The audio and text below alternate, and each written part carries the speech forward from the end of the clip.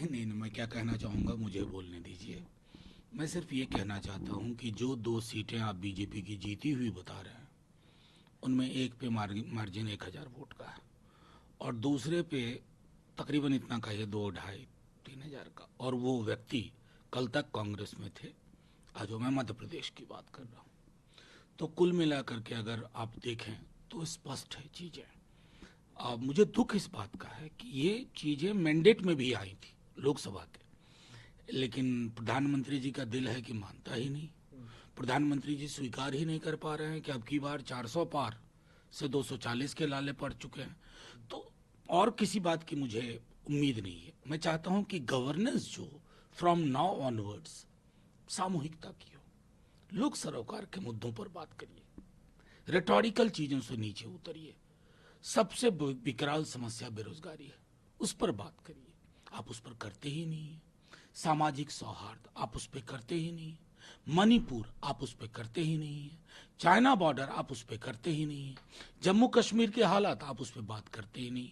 तो चाहे मैंडेट हो लोकसभा का और ये मैंडेट हो, साझा स्वरूप देखिएगा तो एक व्यक्ति के व्यक्तिवादी विमर्श को झटका है।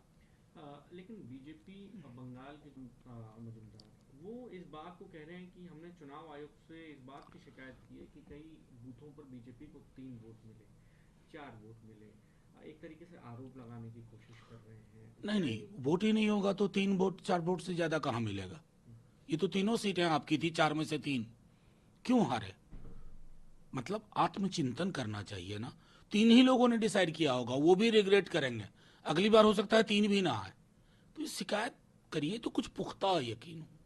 ऐसे ही कि सिर्फ हमको 3 वोट आए 4, ये शिकायत बेमानी है। सर, ओवैसी साहब कल महाराष्ट्र में रखी मुसलमानों के रिप्रेजेंटेशन की। उनका ये मानना है कि 14% मुसलमानों में से एक 4% भी पार्लियामेंट के अंदर जो है उनका रिप्रेजेंटेशन नहीं है।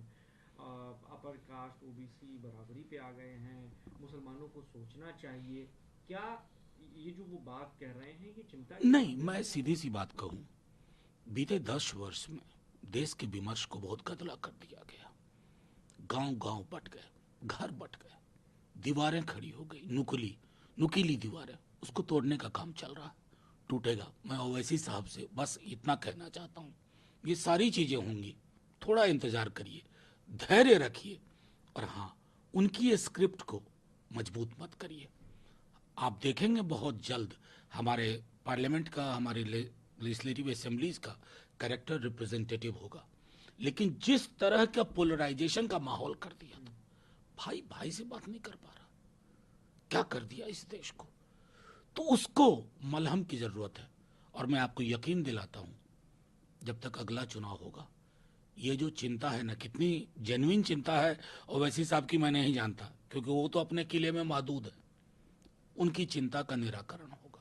सर, जम्मू कश्मीर में जम्मू कश्मीर के तमाम जो नेता हैं इस पर चिंता व्यक्त कर रहे हैं। कई लोग तो कह रहे हैं ये म्यूनिसिपैलिटी की तरह एकदम नहीं बना नहीं, है। देखिए ये एक्सपेरिमेंट कर रहे हैं कोऑपरेटिव फेडरलिज्म के नाम पर। इन्होंने ये एक्सपेरिमेंट, पहले तो अव्वल राज्य का दर्जा ले लिया। हम सब ने सदन में अपनी चिंताएं रखी। नॉर्मैलिसी नॉर्मैलिसी नॉर्मैलिसी, जमीन खरीद लेगा, ये कर लेगा, वो कर लेगा। आज हालत क्या है, आम शहरी मारा जा रहा है, हमारे जवानों की शहादत होती है। आप तो निवृत्त हो लेते हैं, माल्यार्पण किया, तिरंगे में लिपटा हुआ शव जब घर जाता है, उस घर पर क्या बीतती है। तो कमोबेश अगर आप देखें, सरकार क्लूलेस। तो क्या करते हैं, क्लू कहाँ मिला आपको। राज्य सरकार मतलब एलजी को अधिक अधिकार दे दो, ये दिल्ली में प्रयोग कर चुके हैं। मैं तो कहूंगा इनकी पूरी की पूरी नीति और नीयत है कि राज्य नाम की अवधारणा को खत्म कर दिया जाए। जो है हम हैं, यहीं से सब चलेगा। दिल्ली या दिल्ली के जो वहां पर वो जैसे नहीं, ब्रिटिश पीरियड में था कि वाइसराय का काम, वही सिस्टम ये इनके दिल के अंदर वो बैठा हुआ। सर, एक आखिरी सवाल लूँगा आपसे। अपोजिशन हमेशा बीजेपी पर और प्रधानमंत्री से एम्प्लॉयमेंट की बात करती रही है। कल उन्होंने एक जिक्र किया आरबीआई की रिपोर्ट के हवाले की 8 करोड़ नौकरियां जो हैं अब तक दी गई हैं। ये अपोजिशन पे कहा कि ये विकास से दूर रहते हैं। इसके अलावा उन्होंने इस बात का भी जिक्र किया कि जैसे जैसे इंफ्रास्ट्रक्चर बढ़ेगा नौकरियां बढ़ती जाएंगी। आप क्या? प्रधानमंत्री के पद पर बैठे व्यक्ति को झूठ नहीं बोलना चाहिए, वो झूठ बोल रहा है। खुद अनएम्प्लॉयमेंट का डेटा क्या कहता है। अब युवा जो सड़कों पे है ना, उसको बताइए कि ये फलानी रिपोर्ट आई है, तुम सबको रोजगार मिल चुका है, स्वागत करेंगे आपका। कमाल के लोग, हकीकत स्वीकार करिए।